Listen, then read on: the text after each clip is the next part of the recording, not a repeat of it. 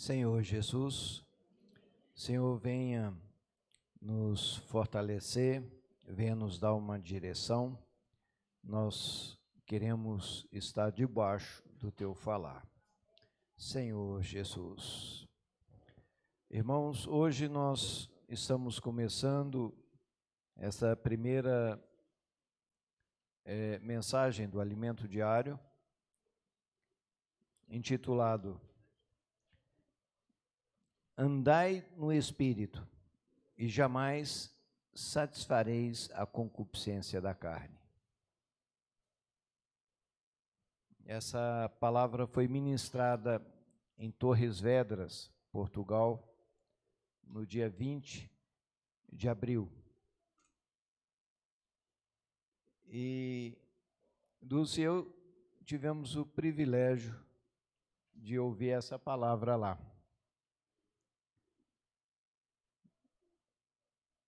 Quando a gente ouve a palavra,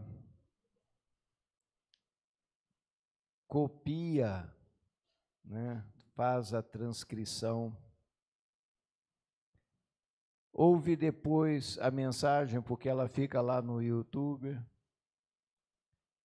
a gente vai ruminando, porque essa mensagem foi dividida em 7 tópicos.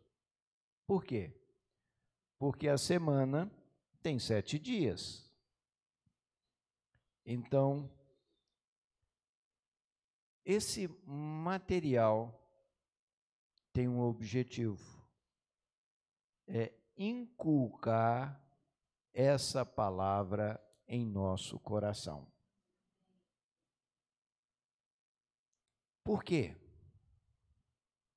Nós vimos mais uma vez essa semana, nós somos comparados a vasos. O que é um vaso? Isso aqui é um vaso, é um copo.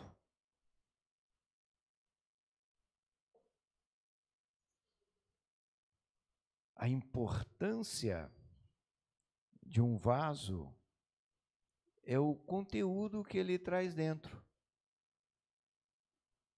Agora, nós não somos um vaso requintado, nós somos um vaso de barro, é um pote.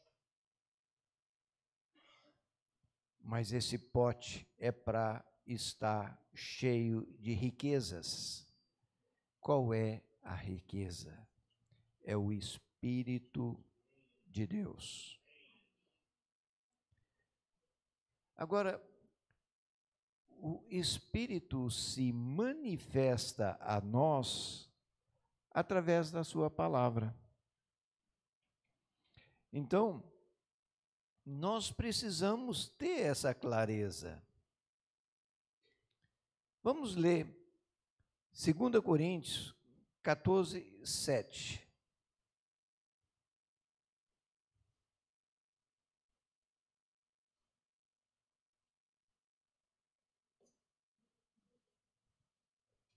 Está aqui? Não, é 14, 7. 2 Coríntios 14, 7. 14. Ué? Desculpa, eu escrevi errado. Temos, porém, este tesouro em vasos de barro. Então é a primeira, né? Desculpa.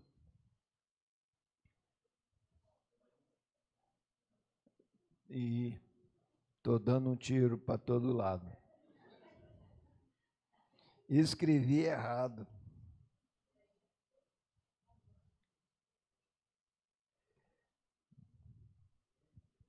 Senhor Jesus.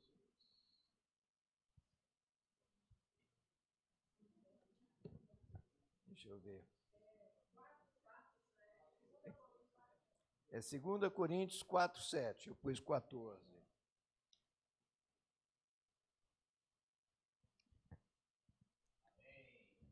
Desculpa, irmãos. Vamos ler então. Temos, porém, este tesouro em vaso de barro, para que a excelência do poder seja de Deus e não de nós. Se a gente fosse um barro de ouro, quer dizer, um vaso de ouro, aí a gente ia ficar impressionado com a riqueza do vaso. Mas o vaso é apenas de barro. E ele tem um motivo para isso. É para que ninguém fique olhando para o vaso. Irmãos, isso é essencial. Porque nós não podemos esquecer qual é a nossa natureza. Eu fiquei muito impressionado quando nós ganhamos luz em Hebreus capítulo 2, onde fala que nós fomos criados um pouco menor do que os anjos. Nós sabemos que quando Deus criou aquele anjo extraordinário, de grande beleza, a beleza dele, a perfeição dele chamava a atenção. Infelizmente, o sucesso, a beleza dele subiu a cabeça. Então, um dia, a palavra fala que ele quis ser semelhante a Deus. Ele nem quis ser mais, ele quis ser apenas semelhante. E aí foi a desgraça. Ele foi lançado por terra e ele ainda corrompeu 1/3 dos anjos. É por isso que nós não podemos confiar em anjo. É por isso que nós não temos que buscar ter comunhão com anjos. A palavra fala que esses anjos caídos se fazem passar por anjos de luz. Como é que eu vou procurar ter comunhão com anjo se eles são enganadores? Não vai estar escrito se na testa dele, se ele é fiel a Deus, ou se ele é apenas um que está se fazendo passar por um anjo de luz. Nós temos que fazer igual Maria Madalena, quando teve visão de anjo, ela falou, não, eu quero é o Senhor. Senhor Jesus. Mas nós fomos criados um pouco menor do que os anjos. Para quê? Para que nós não confiemos em nós mesmos. É por isso que nós temos dado tanta importância ao falar profético, tanta importância à imersão, ao grito de guerra. Se os irmãos estiverem acompanhando, vão ver que tanto a imersão como os gritos de guerra são sinopse da mensagem dada anteriormente. E é essa palavra repetida em nós, inculcada em nós, é que nos dá direção. Senhor Jesus,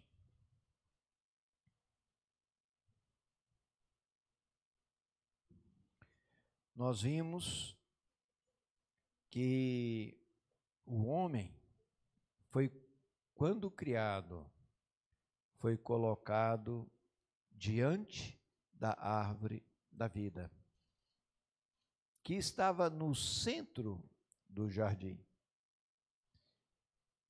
Por que ele foi colocado diante dessa árvore? Era para comer dela.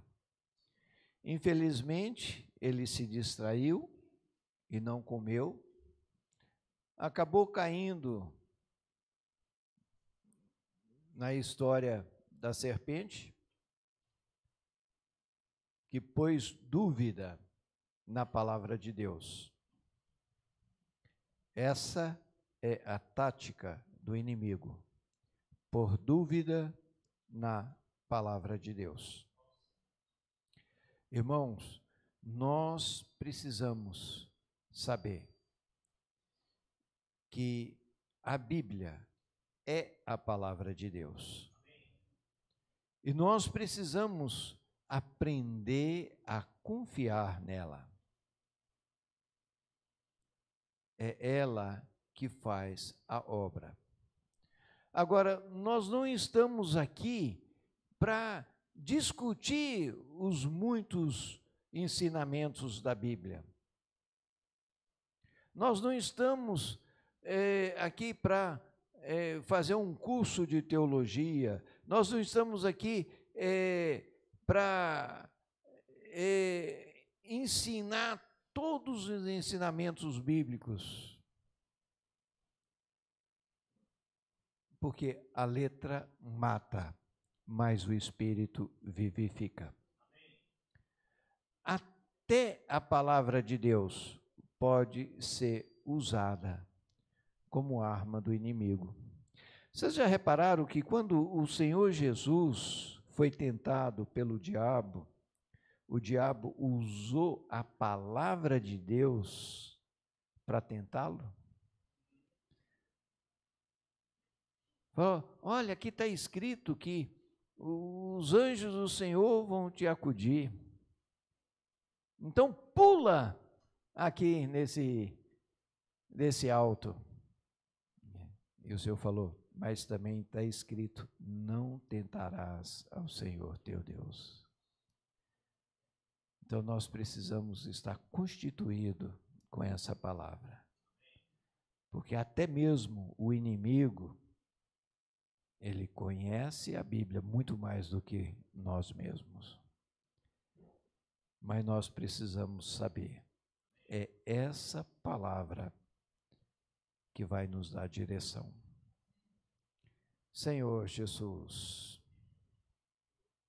não adianta a gente chegar para um pé de laranja e falar, agora você tem que dar uva, viu? Você precisa plantar um pé de uva. Se você quiser colher uva, você tem que plantar uva.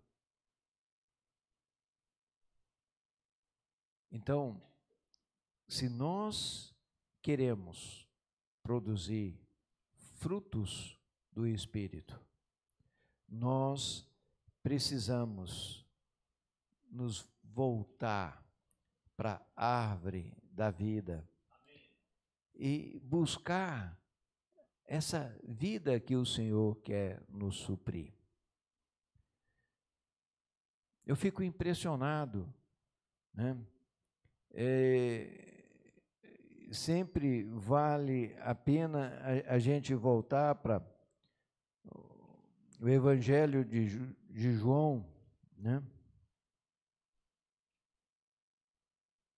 João 7:37, o Senhor Jesus, no último dia, o grande dia da festa, levantou-se Jesus e exclamou, se alguém tem sede, venha a mim e beba.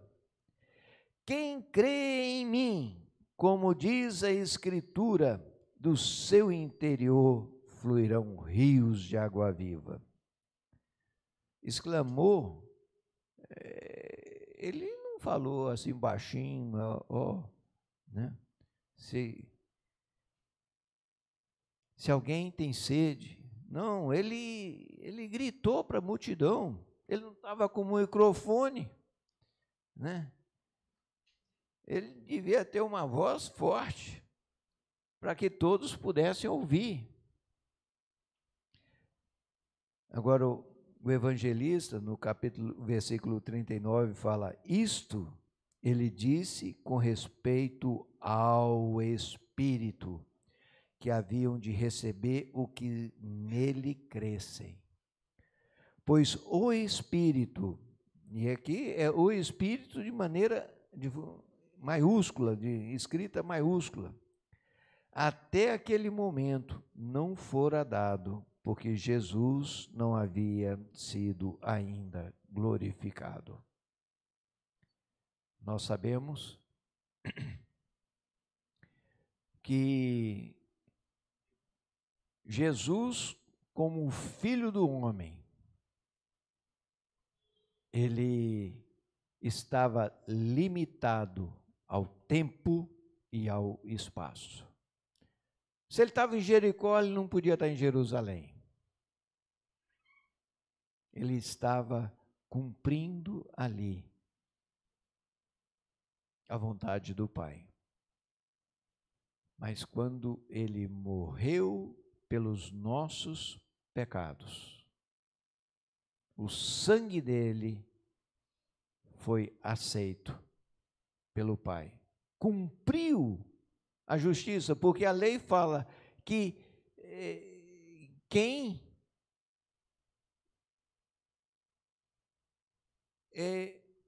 o salário do pecado é a morte. Então, se eu pequei, eu teria que morrer. Mas o sangue de Jesus, como homem perfeito, serve para um outro homem. Mas ele não é apenas homem, ele também é Deus. É por isso que o sangue dele serve tanto para mim como para você. Porque se ele fosse apenas um homem perfeito, ele só serviria para uma pessoa. Mas ao mesmo tempo que ele era homem perfeito, ele também era Deus. O sangue dele caiu na eternidade. Cumpriu a justiça lá para Abraão, que morreu uns 2000 anos antes de Cristo.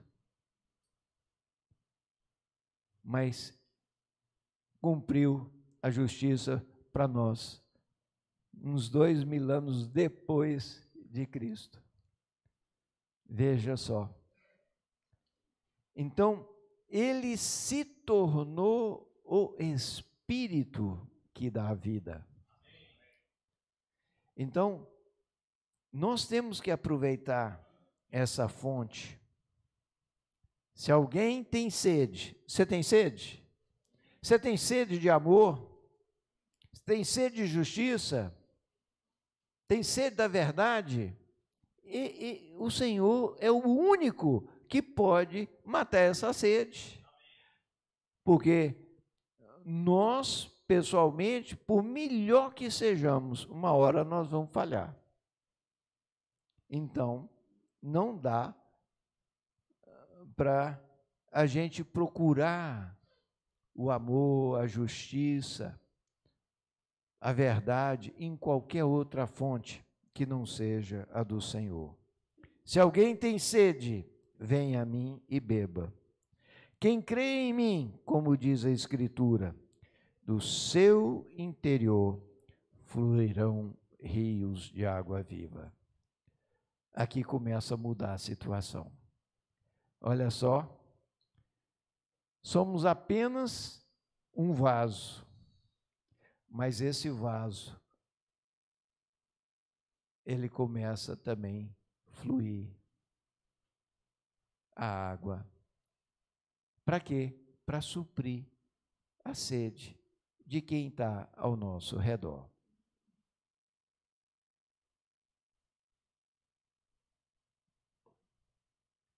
Irmãos, Humanamente falando, nós temos uma tendência, viver na árvore errada, do certo e errado. É a árvore que Adão comeu primeiro. E essa árvore nos danificou. Nós temos a grande preferência natural. E eu gosto disso, eu não gosto. Isso está certo, isso está errado. E nós começamos a medir cada um ao nosso redor. E aí eu falo, não, eu gosto desse, eu não gosto daquela, não. Então, isso não traz benefício para a vida de ninguém, muito menos para a igreja. É por isso que, se nós quisermos sermos vencedores, nós precisamos nos humilhar. Eu falo, não importa a minha origem, não importa as minhas preferências, eu preciso ser simples, humilde e obediente para pensarmos a mesma coisa. Que coisa difícil e complicado. Pensar a mesma coisa. Humanamente, isso não é possível. Vamos abrir em Filipenses capítulo 2.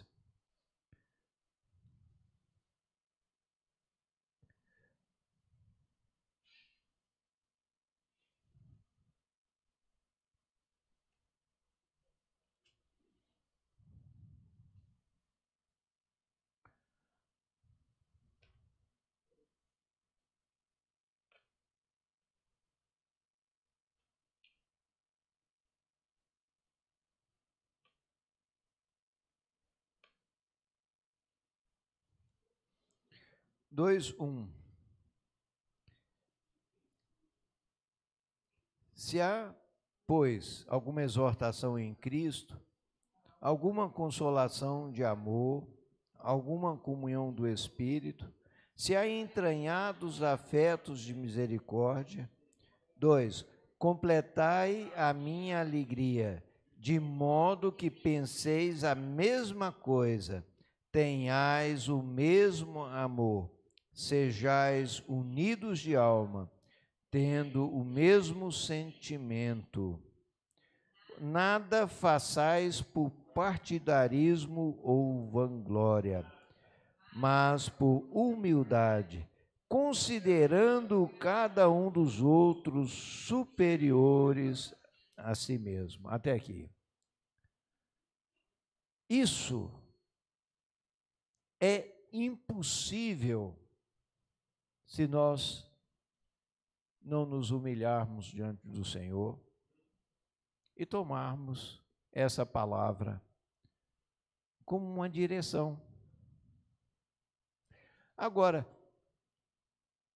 como fazer isso?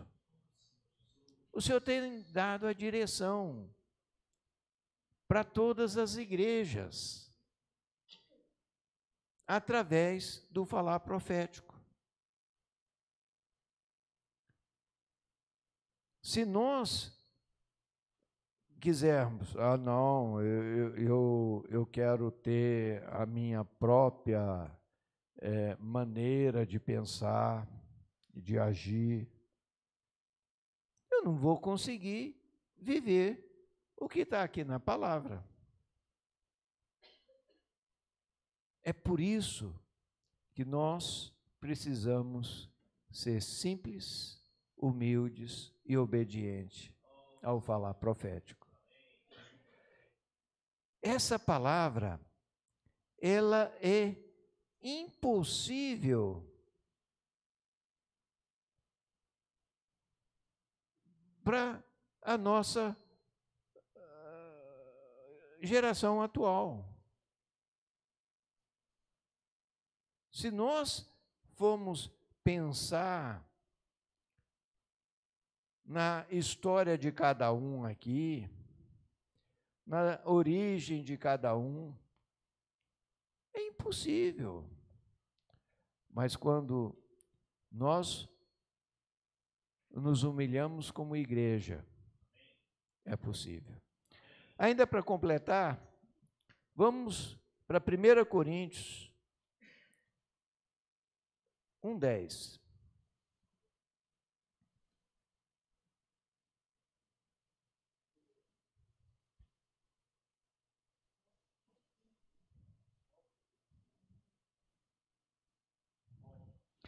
Rogo-vos, irmãos, pelo nome de nosso Senhor Jesus Cristo, que faleis todos a mesma coisa, e que não haja entre vós divisões, antes sejais inteiramente unidos na mesma disposição mental e no mesmo parecer. Novamente, esse é um rogo. Um rogo é um pedido com veemência, é um pedido, não é assim um pedido qualquer. Quem está pedindo isso? É o apóstolo Paulo. Ele que escreveu também aos Gálatas. E ele estava muito preocupado com os Gálatas, porque os Gálatas, depois de ouvirem a palavra da salvação, eles começaram a pensar diferente, porque eles deram ouvido a um outro falar, o falar daqueles judaizantes que falavam: muito bom, vocês creram, maravilha, mas vocês também precisam ser circuncidados. Vocês também precisam ser zelosos em guardar a lei de Moisés. Paulo chama isso de um outro evangelho. Nós precisamos saber que se nós perdermos a simplicidade, nós vamos começar a ter muitas opiniões, muitos falares que vão levar a igreja a ter partidos. Que nós possamos estar orando ao Senhor para que isso não aconteça em nosso meio, mas que nós possamos prosseguir, porque o Senhor, Ele quer que nós tenhamos o mesmo falar, a mesma maneira de pensar. E qual é essa maneira de pensar? É pôr a nossa mente no Espírito. É desfrutar de uma maneira simples dessa palavra que tem nos edificado.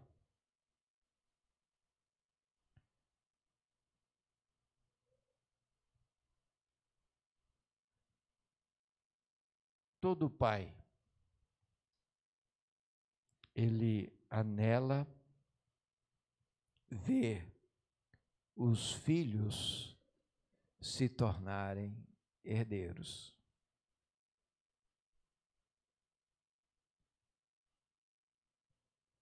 Ele anela transmitir alguma coisa para os seus filhos. Ele se alegra em ver o filho produzir.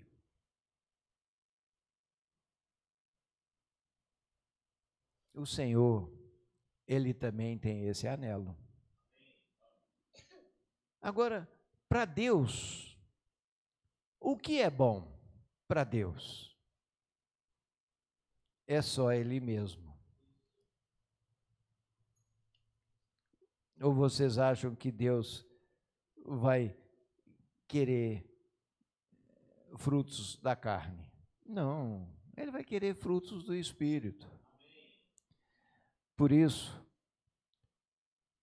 se nós temos visto através do estudo de Gênesis que Deus criou toda essa terra em 6 dias e descansou no 7º. Assim também, nós estamos chegando no final do 6º dia.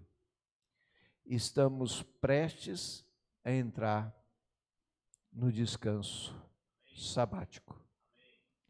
1000 anos de descanso é o que Apocalipse chama de milênio.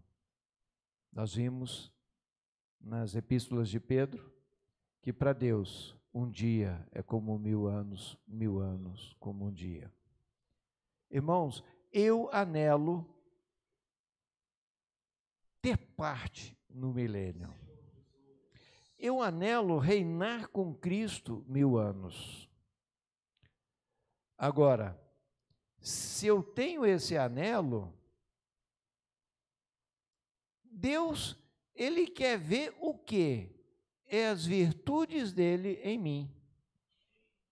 Ele quer ver a autoridade dele em mim. Então, que nós possamos aproveitar essa oportunidade que o Senhor está nos dando de aproveitar tudo aquilo que o Senhor tem nos dado ricamente. Se nós formos pegar as 7 cartas de Apocalipse, nós veremos que as 3 primeiras igrejas, estou falando Apocalipse capítulo 2 e 3, as 3 primeiras igrejas, Éfeso, Esmirna e Pérgamo, já ficaram para trás. Hoje, ainda temos 4 grupos distintos de igreja. Tiatira refere-se à igreja católica. Sardes, a igreja protestante. Filadélfia, a igreja normal, que nós anelamos estar nela. Laodiceia representa a igreja que, estando em Filadélfia, se desviou do caminho. Irmãos, o Senhor chama vencedores em todos esses 4 grupos. Agora eu vou fazer uma pergunta. Qual é a melhor condição para uma pessoa se tornar vencedor? É estar em Filadélfia. Agora, estar em Filadélfia é garantia de ser um vencedor? Não.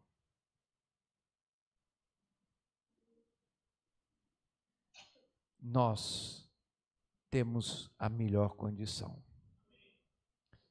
Mas o Senhor nos adverte: a quem é muito é dado, muito será cobrado. Nós precisamos ter essa convicção. O Senhor chama vencedores em Tiatira. O Senhor chama vencedores em Sardes. O Senhor chama vencedores em Filadélfia, mas também em Laodiceia. isso significa que em todos esses 4 grupos haverão vencedores. Mas não nos enganemos. Nós precisamos aproveitar a oportunidade rica que o Senhor tem nos dado, mas saber, a quem muito é dado, muito será cobrado. Que nós possamos nos apegar ao alimento diário, sabendo que nós estamos ruminando essa palavra. Como eu falei, essa mensagem foi dada no dia 20 de abril. Estamos agora, início de agosto, revisando ela. Mas durante essa semana, nós revisamos a mensagem que foi dada domingo passado. O ponto 1, o 2 e o 3. O 4 é essa mensagem do alimento diário. O grito de guerra é uma síntese da última mensagem do domingo passado, onde os irmãos colocam música, ritmo, mas você vê, a palavra tem conteúdo. A gente passa a letra e às vezes vê que você está imergindo nessa palavra que estamos vendo. Que nós tenhamos um coração humilde para que a gente possa desfrutar dessa palavra com realidade e possamos vivê-la. Amém? Vamos nos multiplicar em pequenos grupos, 4, 5 irmãos, para que a gente possa mexer mais o caldeirão.